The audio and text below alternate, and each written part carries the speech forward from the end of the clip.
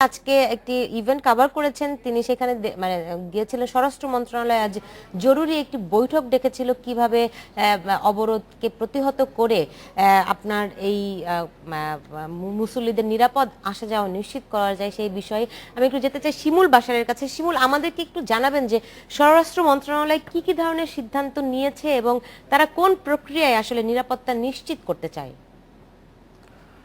আসলে স্বরাষ্ট্র মন্ত্রণালয়ের যে সভাটি হয়েছে এটি জরুরি একটি সভা, বিকেল ৫টায় শুরু হয় এবং এই সভাতে উপস্থিত ছিলেন স্থানীয় সরকার প্রতিমন্ত্রী, নৌ পরিবহন মন্ত্রী, একজন সংসদ সদস্য, পাশাপাশি প্রশাসনের ঊর্ধ্বতন কর্মকর্তা যারা শীর্ষ কর্মকর্তা, ফায়ার সার্ভিসের ডিজি থেকে শুরু করে র্যাব, পুলিশের শীর্ষ কর্মকর্তারা সেখানে ছিলেন এবং তার অন্যদিকে ছিলেন পরিবহন মালিক, শ্রমিক নেতারা এবং তাদের সঙ্গেই মূলত বৈঠকটা হয়।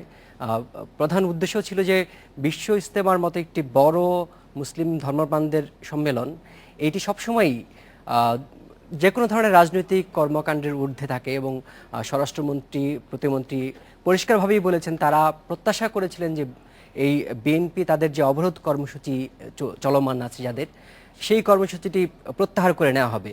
তারপরে তিনি অত্যন্ত দুঃখের সঙ্গে বলেন যে এরপরও বিচ্ছিন্ন কয়েকটি ঘটনা, অগ্নিসংযোগ এবং পরিবহনের ক্ষেত্রে প্রতিবন্ধকতা সৃষ্টির চেষ্টা করেছে বিএনপি, সেটির যেমন নিন্দা জানিয়েছেন এবং পাশাপাশি তিনি বলেছেন যে জানমাল রক্ষা এবং পণ্য পরিবহন থেকে শুরু করে বাস, ট্রাক, কাভার্ড ভ্যান তারা সবই যেন পরিবহন মালিকরা চালায়।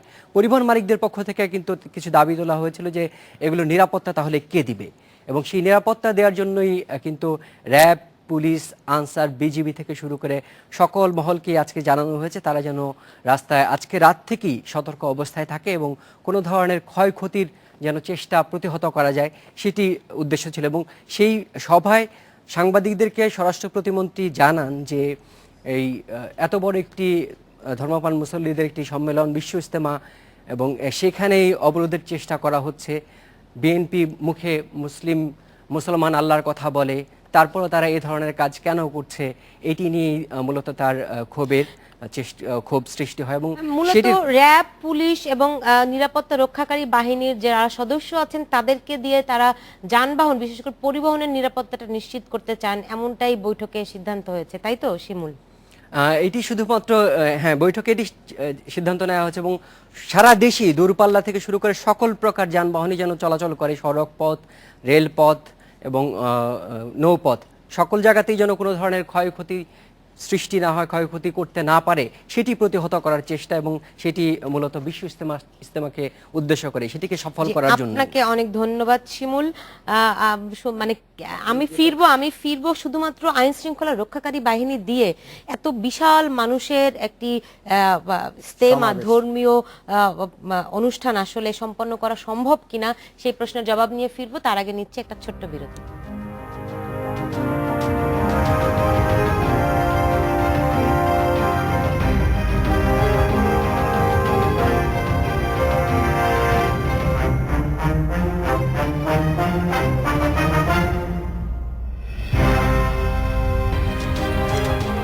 বিরতির পর ফিরে এলাম, দেখছেন বাংলাদেশ এখন।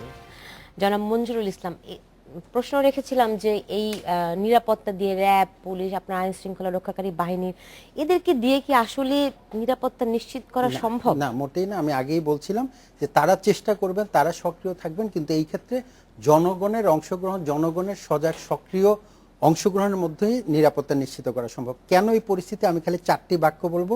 আমার কাছে সরাসরি মনে হয় যে যেটা কবির ভাই বললেন যে আজকে দেখেন এই আমাদের নতুন বছরের যাত্রার দিনে 33 কোটি বই নিয়ে বাংলাদেশের শিক্ষার্থীরা জীবন শুরু করেছিল, সেই জিনিসটাকে নষ্ট করে দিল মাত্র 3-4 দিনের মাথায় একটি নতুন অবরোধ। শিক্ষা প্রতিষ্ঠান বন্ধ, সকলের কার্যক্রম বন্ধ, জীবন জীবিকার কার্যক্রম, ছোট ব্যবসা সকলেই কিন্তু অবরুদ্ধ, কেবলমাত্র যারা ইজতেমা আসছে তারা না। এটি একটি বিষয়। এটি করে জনগণকে বিপদগ্রস্ত করা, সরকারকে বিব্রত করা একটি লক্ষ্য। আরেকটি লক্ষ্য হচ্ছে বিএনপির সহ তাদের যে প্রধান শরিক দল জামাতে ইসলামী আদর্শের দিক থেকে ইজতেমার বিরোধী, কিন্তু তাদের ইসলামী যে মাযহাবের দিক থেকে তারা এই ইজতেমাকে পছন্দ করে না, ফলে এইটাকে তারা এক ধরনের নস্যাৎ করতে চায়। আরেকটা তৃতীয় বিষয় আমার কাছে মনে হয়, এটা হলো তৃতীয় বিষয় হলো এই যে ইজতেমার মধ্যে যারা আসবে, বিভিন্ন দেশের মুসলমানরা আসবে, এই সময় সহিংসতা ধ্বংসাত্মক কাজ করে তারা বিদেশে গিয়ে যেন বাংলাদেশের এই যে একটা শান্তিপূর্ণ ভাবমূর্তি সেটাকে নষ্ট, আপনি জানেন বিশ্বের অনেক মুসলিম দেশে এখন সন্ত্রাসী কর্মকাণ্ড চলছে, এইরকম একটি চিত্র বাংলাদেশের বাইরে তুলে ধরা। এবং সবশেষ যেটি অত্যন্ত গুরুত্বপূর্ণ কারণ, চতুর্থ কারণ আমার মনে হয় যে বিএনপি কিন্তু, যেটা রেজা বলছিলেন, একটি গণতান্ত্রিক রাজনৈতিক দল, তারা কিন্তু জনগণের অংশগ্রহণের ভিত্তিতে গণ আন্দোলনকে সক্রিয় করে একটি নির্বাচনের দিকে এগিয়ে যাচ্ছিল।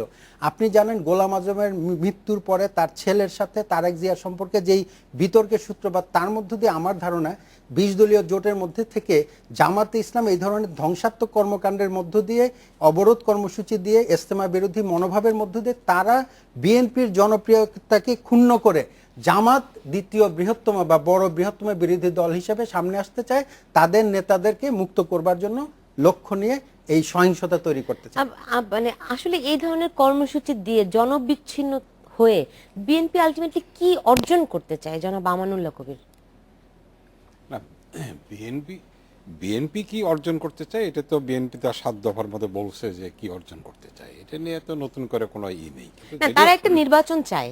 হ্যাঁ, একটা নির্বাচন চায়, তার কেয়ারটেকার গভর্নমেন্টের, নন পার্টি কেয়ারটেকার গভর্নমেন্টের একটা নির্বাচন চায়। সেটা তো বহুদূরের ব্যাপার, তার আগে তো আরো অনেক কিছু আছে। এখানে যেটা হচ্ছে কি, এই যে কথাটা মঞ্জু বললেন আর কি, এখানে একটা জিনিস দেখেন, মানে আজকে অবস্থাটা দাঁড়িয়ে গেছে কি, বিএনপির চেয়ারপারসন অবরুদ্ধ, আপনার পার্টি সেক্রেটারি জেনারেল মানে অ্যারেস্টেড, তারপরে তো তারেক তো এখানেই থাকে না, তারপরে মবিন, তারপরে এরকম বিএনপির অধিকাংশ নেতাই কিন্তু এখন একত্রিত হতে পারছে না। তারা বিশেষ করে মানে অ্যারেস্টের ভয়ে বিভিন্ন জায়গায় পালিয়ে আছে। সুতরাং এখানে যেটা হয়েছে যে হয়তো ব্যক্তি বিশেষে বা কেউ কোনো সিদ্ধান্ত নিয়ে এই সমস্ত ঘোষণা করছে, ঘোষণা করার ফলে যেটা হচ্ছে তারা নিজেরাই বুঝতে পারছে না যে আজকে এই মানে ইজতেমার সময় তারা যে এরকম একটা প্রোগ্রাম মানে অবরোধ রেখে দিল, তার ফলে কি হবে এই পরিণতিটাও ভাবতে পারছে আমার না। কাছে মনে হয়, আমি একটা ইনফরমেশন যোগ করতে চাই। আপনি জানেন এই 25শে যে ডিসেম্বর বড়দিন, সেই দিন তারা একটি কর্মসূচি ঘোষণা করেছিল। পরে সেটি তারা, কারণ 25শে ডিসেম্বর যে বড়দিন, এটি তারা জানতোই না, বেমালুম ভুলে গেছিল। পরে সন্ধ্যার সময় বোধহয় সবাই তাদেরকে নোটিস করেছে, দেন কর্মসূচি 24 তারিখ সন্ধ্যায় তারা উইথড্র করে। উইথড্র করেছে। এখন যেটা হয়েছে কি, এখন- এখন এই যে মানে রিজবি তো সব ঘোষণা করতেছে। রিজবি যে অবস্থা, সে নিজে নাকি অসুস্থ, শুনলাম অসুস্থ, হসপিটালে ছিল। এখন সে এই সিদ্ধান্তটা কিভাবে নিল, এটাও তো আমার মাথার মধ্যে ঢুকছে না, কারণ সে তো পলিটিক্যাল লোক, সে কিন্তু পলিটিক্যাল ছাত্র জীবন থেকে পলিটিক্স করে। এখন তাকে এখানে কে এই বুদ্ধি দিল যে মানে ইজতেমার সময় অবরোধ থাকবে, এটা কেন? এটা আমি তো মানে একটা নর্মাল মানুষের জন্য, বিশেষ করে বাংলাদেশের পলিটিক্সের প্রেক্ষিতে একটা নর্মাল মানুষের জন্য তো এই ধরনের সিদ্ধান্ত নেওয়ার কোনো কারণ আমি দেখছি না। এটা আমার কাছে সম্পূর্ণ একটা অ্যাবনর্মাল একটা সিদ্ধান্ত বলে মনে হচ্ছে আর কি। জনাব ইশতিয়াক রেজা, আসলে সরকারের দিক থেকে তাহলে কি করণীয় আছে এখন? সরকারের দিক থেকে করণীয় হলো যতটা সম্ভব যারা আসবেন তাদের নিরাপত্তার দিকটা নজরে রাখতে হবে। আমি আগেও বলেছিলাম যে ইজতেমার দিকে বিশেষ নজর রাখতে হবে। একদিকে হলো আপনি তাদেরকে আসতে দিচ্ছেন না, সহিংসতার মধ্যে ফেলে দিচ্ছেন যারা আসতে চাচ্ছে, এবং ইজতেমাটা কিন্তু অনেক আগে ঘোষণা দিয়ে হয়, এবং যেহেতু জনসংখ্যা এখন বেড়েছে, সংখ্যা বেশি, এবার কিন্তু 2 পর্বে হচ্ছে গত কয়েক বছর ধরে, ফলে 2টি পর্ব কিন্তু তারা 1 বছর আগে জানিয়ে দেয়। সুতরাং আপনি তো জানেন যে এই সময়টাতে ইজতেমা, আপনি অবরোধ দিয়েছেন, আপনি প্রত্যাহার করে নেবেন, আবার দরকার হয় অবরোধে যাবেন, এটা ছিল একটা প্রত্যাশা। কিন্তু সেটা যেহেতু তারা করেনি, সরকারের দায়িত্ব বহু গুণ বেড়ে গেছে, যে কারণে এখন র্যাব বলেন, পুলিশ বলেন, বিজিবি বলেন, প্রয়োজনে সেনাবাহিনী আসলে একটা ভিজিলেন্সের মধ্যে রাখতেই হবে। অন্যথায় একটা বড় ধরনের সহিংসতা, যারা সুযোগ নিতে চায় রাজনৈতিকভাবে, যারা শান্তিপূর্ণ ধর্মীয় চর্চার বিরুদ্ধে, তারা কিন্তু যে কোনো ধরনের সুযোগ নিতে পারে। এবং তাবলিগ জামাতের লোকজন কিন্তু কোনো রাজনীতির সাথে নাই। সবচেয়ে বড় ব্যাপারটা হলো বেগম খালেদা জিয়া নিজে কিন্তু প্রধানমন্ত্রী থাকা অবস্থায় কিংবা বিরোধী দলীয় নেত্রী অবস্থায় তিনি কিন্তু নিজে প্রতিবার ইজতেমায় যোগ দেন, শরীক হন, মোনাজাতে, এবং সশরীরে উপস্থিত হয়ে শরীক হন। এবং এইটাই প্রত্যাশা যে উনি নিজে অবরোধ প্রত্যাহার করে নিয়ে হয়তো সেখানে উপস্থিত হবেন। কিন্তু এবারের রাজনীতি এমনই এক পঙ্কিল পথে অগ্রসর হলো যে সেটাও হয়তো তিনি করতে পারেন নাই বা করতে তাকে দেওয়া হয় নাই। এই অবস্থায় সরকারের কাছে কোনো অপশন নাই যে এক চুল নিরাপত্তার মানে যে কোনো ধরনের ব্যবস্থা এদিক সেদিক হওয়ার, তাকে প্রয়োজনে প্রতিটা মানুষের দিকে নজর দিতে হবে। আপনি জানেন বিগ কংগ্রিগেশন সিকিউরিটি বলে একটা টার্ম আছে পুলিশের কাছে, যে বড় জমায়েতের সিকিউরিটি। বাংলাদেশে কিন্তু সবচেয়ে বড় জমায়েত ইজতেমা, এবং সেটাই, এইটাকে এইবার অন্তত রাজনৈতিক যে প্রেক্ষাপট, যে কনটেক্সট, এইখানে অবহেলা করার কোনো ধরনের সুযোগ নেই। একটু এদিক ওদিক হলে আসলে বড় ধরনের যেন মঞ্জুরুল ইসলাম প্রধানমন্ত্রী গতকাল অভিযোগ করেছেন যে বিএনপি সন্ত্রাসী খেলায় মেতে উঠেছে। তো এটা এই কারণেই বলেছে, আমি এখানে স্পষ্ট করে বলতে চাই যে 2013 সালে যে আন্দোলনের নামে যে সহিংসতা হয়েছিল, এর মূলত আমরা জানি যে আন্দোলনের নামে সহিংসতা আউটসোর্সিং করা হয়েছিল জামাত বিএনপির নামে, জামাত শিবিরের নামে, অথচ সমগ্র দোষটাই কিন্তু বিএনপির হয়েছে। তার কারণ হচ্ছে সেই জোটের বড় দলের নেত্রী হচ্ছে বেগম খালেদা জিয়া, এবং তার নামেই আন্দোলনটি হয়। 1 বছর কিন্তু বিএনপির প্রতি জনগণের একটা নেতিবাচক, সরকারের বিরোধী যে সমস্ত অকল্যাণ, যে কাজগুলো সরকারের মানুষ পছন্দ করছে না, সেই কারণে বিএনপির প্রতি সমর্থন বাড়ছিল। আবার বিএনপি যে একটা গণতান্ত্রিক আন্দোলন শান্তিপূর্ণভাবে করতে পারে, সেই কারণে একটি সমর্থন আসছিল। এই প্রথম কিন্তু যেইভাবে কবির ভাই যেই বিষয়গুলো উল্লেখ করলেন, আমরা যে নিয়ে আলোচনা করছি, আবার বিএনপির বিরুদ্ধে লোকজন যাচ্ছে, কারণ সহিংসতা, কারণ বাস জ্বালানো। আজকে 9টি বাসে আগুন জ্বালানো হয়েছে, গত কয়েকদিনে 10 জন মানুষ মারা গেছে। এর দায়িত্ব কার? আন্দোলনে যিনি ডাক দিয়েছেন তার।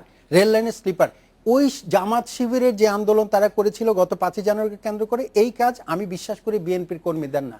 এগুলো কেবলমাত্র যারা বিচ্ছিন্নতাবাদী আন্দোলন, যারা রাষ্ট্রের বিরুদ্ধে যুদ্ধ ঘোষণা করে এবং যারা আউটসোর্সিং করে নিজেদেরকে, ওই যে ডু অর ডাই। এবারও কিন্তু তারা আসলে পুলিশ এবং রেল লাইনকে টার্গেট করেছে। আপনি যদি দেখেন সেই জায়গায় আমি মনে করি এখনো সুযোগ আছে আপনার এই অনুষ্ঠানের মাধ্যমে, যেহেতু বিএনপির গণতন্ত্র মনে অনেক নেতৃবৃন্দ এখনো বাইরে আছেন, তারা সিদ্ধান্ত দিতে পারেন, বেগম জিয়ার সাথে কথা বলে এখনো কালকে থেকে যে কোনো সময় উইথড্র করতে পারেন, করে যে আমরা জনগণকে সম্পৃক্ত করে আন্দোলন করতে পারে। এই বিষয়টি নিয়ে ফিরবো, তার আগে নিচ্ছে একটা ছোট্ট বিরতি।